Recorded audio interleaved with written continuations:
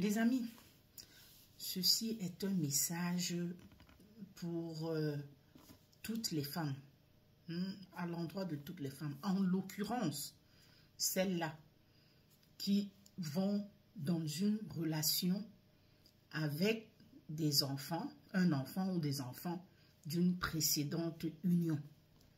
Oui, parce que la petite que vous voyez sur la photo, ça c'est un cas qui est passé hier au journal, sur Canal 2, pour ceux qui sont du Cameroun. Bon, ça c'est clair que c'est des cas qu'on rencontre un peu partout. Un peu partout. C'est pas seulement au Cameroun. C'est des histoires de mœurs. On écoute ça et là. Donc, mais du coup, on s'arrête toujours pour sensibiliser. Donc, s'il vous plaît, mesdames, gardez les yeux sur ces enfants-là que vous amenez dans d'autres relations, dans une nouvelle relation. Ou alors dans un mariage. Gardez grandement les yeux ouverts sur ces enfants parce que c'est assez rare, ça arrive, c'est assez rare qu'un père fasse des mauvaises choses sur son enfant. Hein? Par contre, il est facile pour lui de le faire sur l'enfant que vous amenez dans le mariage, d'accord, ou dans une nouvelle relation. Parce que bon, lui, il s'en fout, c'est pas son enfant. Il va le détruire, hein. Donc, c'est votre enfant, il s'en fout éperdument. Si c'est le sien, là, il faut, ça c'est là, on attribue ça généralement aux pratiques et autres. Mais quand c'est déjà l'enfant de quelqu'un d'autre, là, ce ne sont plus des pratiques, hein. Parce que quand c'est son enfant, là, on dit oui, bon, vraiment, pour qu'un homme aille jusqu'à ce point-là avec son enfant, c'est sûr qu'il est dans des pratiques occultes, machin, ceci. Mais quand c'est l'enfant de quelqu'un, c'est parce que dans sa tête, il se dit, bon, c'est pas mon enfant, je peux, hein, je peux abuser d'elle, et puis bon, rien, c'est pas mon enfant, donc c'est pas... C'est à vous, chère maman, de garder grandement les yeux ouverts sur ces enfants-là. Sincèrement, parce qu'ils sont tellement exposés. Ces hommes sont d'éternels prédateurs. Sincèrement, à se demander, mais dis donc quand même, c'est quoi cet instinct animal poussé, je dis poussé, fort, parce que nous avons tous un instinct animal, hein, en nous, qui sommeille en nous. Mais Dieu a tellement, je dis, c'est tellement poussé chez certains hommes, donc ils n'arrivent pas à le contrôler. Ça frise... comment je vais dire ça? Le satanisme, je sais pas. Parce que je ne peux pas comprendre comment un homme vit avec un enfant qu'il appelle même papa. Un enfant de 12 ans qu'il appelle papa. Une fillette, 12 ans qu'il appelle papa. Parce que ce n'est pas ton enfant. Tu vas lui faire de ces choses pas possibles. Hein? Alors que tu as une femme à côté. Avec qui tu peux faire toutes ces galipettes-là. Hein? Tu prends l'enfant de quelqu'un, tu détruis, parce que tu te dis que non, que ce n'est pas ton enfant. Il y a les maisons de joie dehors là-bas. Avec ces femmes-là, vous pouvez faire, vous payez, vous demandez, je ne sais pas, tout genre de galipettes que vous voulez, tout genre de position. Elles vous le feront. C'est quoi? C'est quoi? Hein? De détruire les enfants des gens comme ça. C'est quoi? Des fois, pour certains, vos propres enfants. C'est quoi? Hein? C'est quoi cette méchanceté? C'est quoi cette cruauté?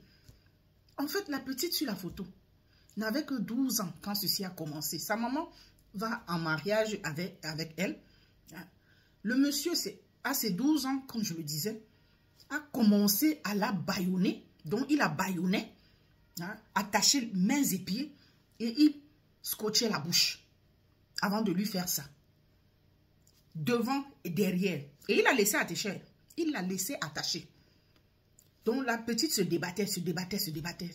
C'est comme ça qu'un jour, son frère, donc le fils du monsieur,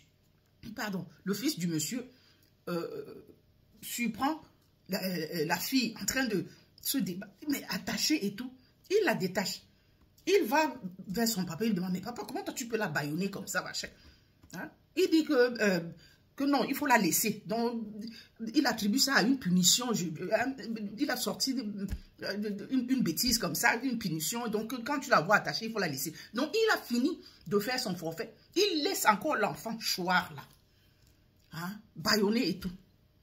Hein? Et cependant, la maman, il faisait ingurgiter à la maman une eau, comme quoi, puisque elle avait son restaurant.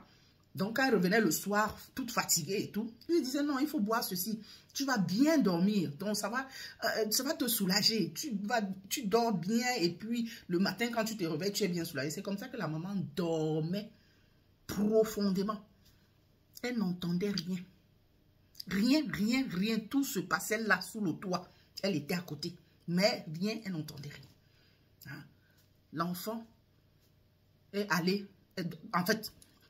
Le petit, c'est comme ça que le petit, l'enfant, son fils à lui, les a surpris. Une fois a surpris le monsieur sur la petite. Et ils ont crié. Certainement, la fillette avait déjà parlé à sa maman. Peut-être elle n'a pas cru. Hein.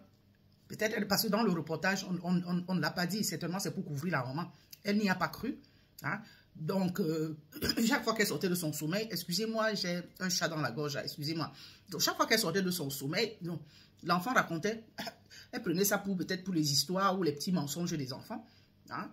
Donc, il a fallu que son fils, qu'il avait déjà giflé, parce qu'il avait détaché sa soeur par alliance, hein, lui, le papa lui avait dit, il ne faut plus jamais la détacher. Quand tu la trouves là, il faut la laisser là.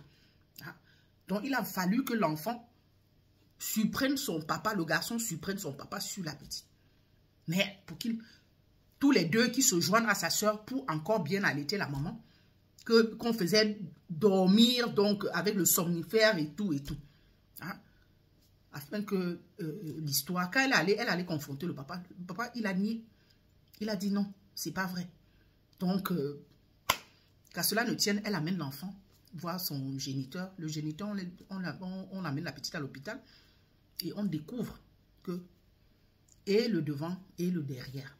Il a bousillé et le devant et le derrière de la petite. Hein? C'est pas possible ça. C'est quoi ça? Aujourd'hui, il est devant les juridictions. Ça se passe au Cameroun. À Douala plus précisément. Hein? Tout ça, c'est quoi? Pourquoi vous faites ça? Hein? Pourquoi? C'est terrible. Complètement bousiller un enfant comme ça. Hein? On a bousillé son devant, bousillé son derrière. Et en plus, c'est un traumatisme pas possible. Hein? C'est grave ça. Sincèrement.